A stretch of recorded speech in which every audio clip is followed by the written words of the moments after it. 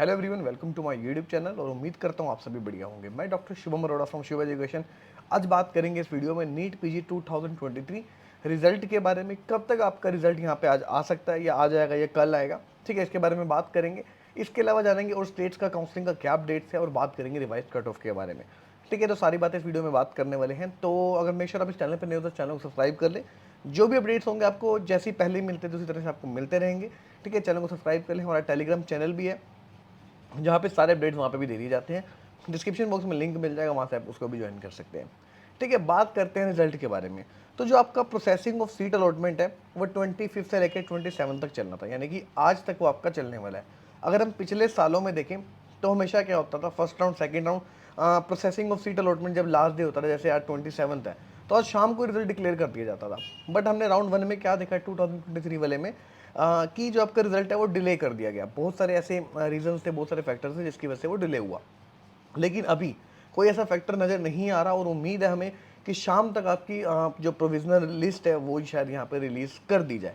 ठीक है, बट जो हम एक जो एग्जैक्ट डेट है वो 28 अगस्त है, आपका कल की ही है डेट। लेकिन चांसेस हैं वो आपकी जो रिजल्ट है वो आपका आज शाम तक भी आ सकता है। तो इसलिए आप उस तरह से अपना प्रिपेयर भी रहें कि आपका रिजल्ट यहाँ पे आज शाम तक डिक्लेयर किया जा सकता है। ठीक है, और कुछ अगर हम स्टेट्स के बारे में बात करें, काउंसलिंग के अपडेट्स के बारे में, ठीक है, तो अगर हम बात करें पंजाब में यहाँ पे, तो पंजाब में आपकी चॉइस फिलिंग स्टार्ट होने जा रही है कल से। ठीक है, तो 29 से आपकी जो है 28 से बेसिकली, सॉरी, 28 से लेकर 31 तक आपकी पंजाब में है जो आपकी चॉइस फिलिंग स्टार्ट होने जा रही है, इंक्लूडिंग एनआरआई सीट्स। ठीक है, और यहीं पे अगर हम अगले स्टेट के बारे में बात करें जो कि एमपी स्टेट है, एमपी में रजिस्ट्रेशन नहीं हो रहा है फिर से। ठीक है, 29 को इनका वैकेंसी चार्ट आ जाएगा सेकंड राउंड का, और चॉइस फिलिंग 29 से ही आपका फर्स्ट तक आपका चॉइस फिलिंग का प्रोसेस चलने वाला है। ठीक है, इसके अलावा अगर हम महाराष्ट्र का यहीं पे साथ साथ देख लेते हैं, तो महाराष्ट्र में चॉइस फिलिंग आपकी 2 सितंबर से स्टार्ट होकर 4 सितंबर तक चलने वाली है। ठीक है, और इसके अलावा यहाँ पे भी उसके बाद रिजल्ट यहाँ पे डिक्लेयर कर दिया जाएगा।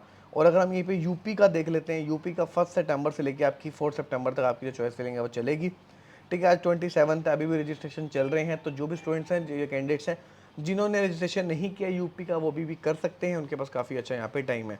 जिन्हें राउंड वन में मिल गया था उन्होंने छोड़ दिया था, उनकी अमाउंट फॉरफिट हो गई थी यहाँ पे, क्योंकि यूपी का हमेशा यही होता है, आप जब भी आएंगे कोई फ्री एग्जिट ऐसा कोई रूल नहीं है। राउंड वन में आपको रजिस्ट्रेशन करने ऑल आउट हो गया, नहीं लेते सिक्योरिटी मनी आपकी फॉरफिट हो जाएगी, सेम फॉर राउंड सेकेंड।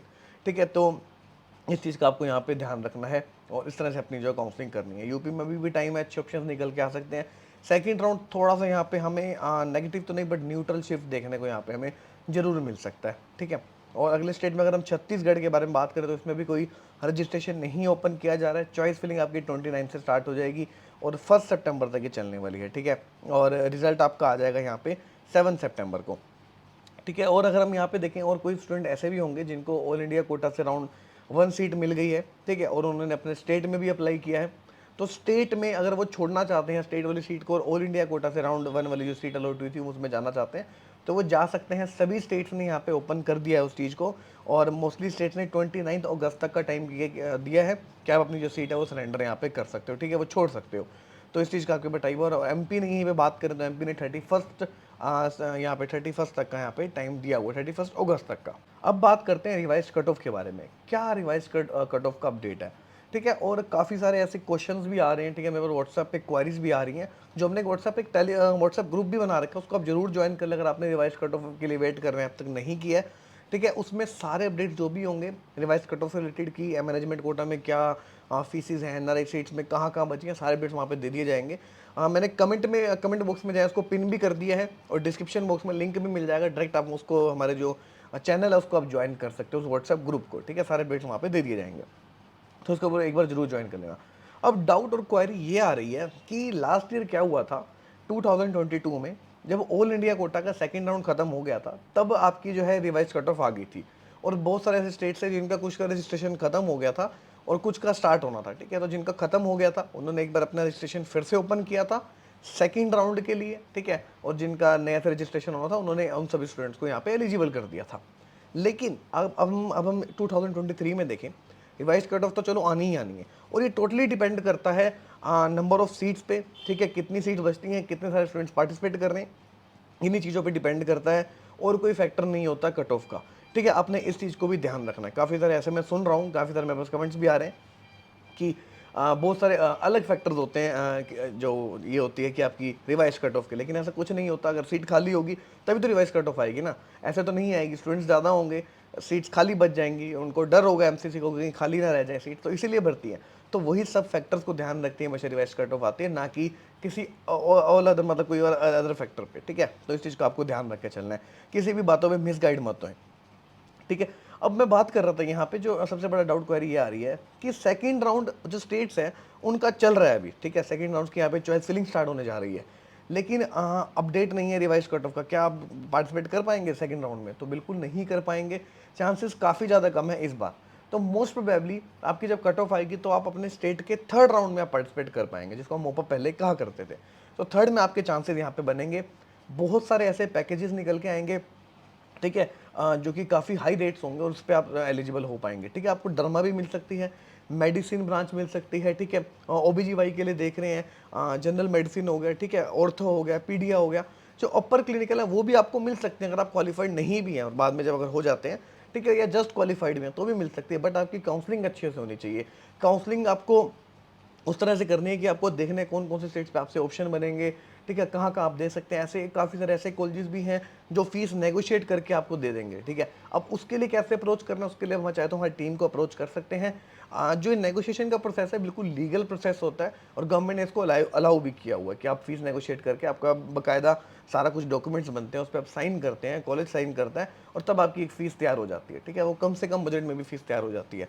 तो उसके लिए हमारी टीम को चाहे तो कॉन्टैक्ट कर सकते हैं, ठीक है। हम आपकी हेल्प करेंगे फीस नेगोशिएट करने में, और कम से कम पैकेज में आपको एडमिशन करा के देंगे, ठीक है। तो और बाकी कुछ ऐसे स्टेट्स भी हैं जैसे यूपी स्टेट हो गया, यहाँ पे आपको माइनॉरिटी कॉलेज है उसमें चांसेस बन सकते हैं, ठीक है, क्योंकि फीसेज उनकी थोड़ी हाई होती हैं।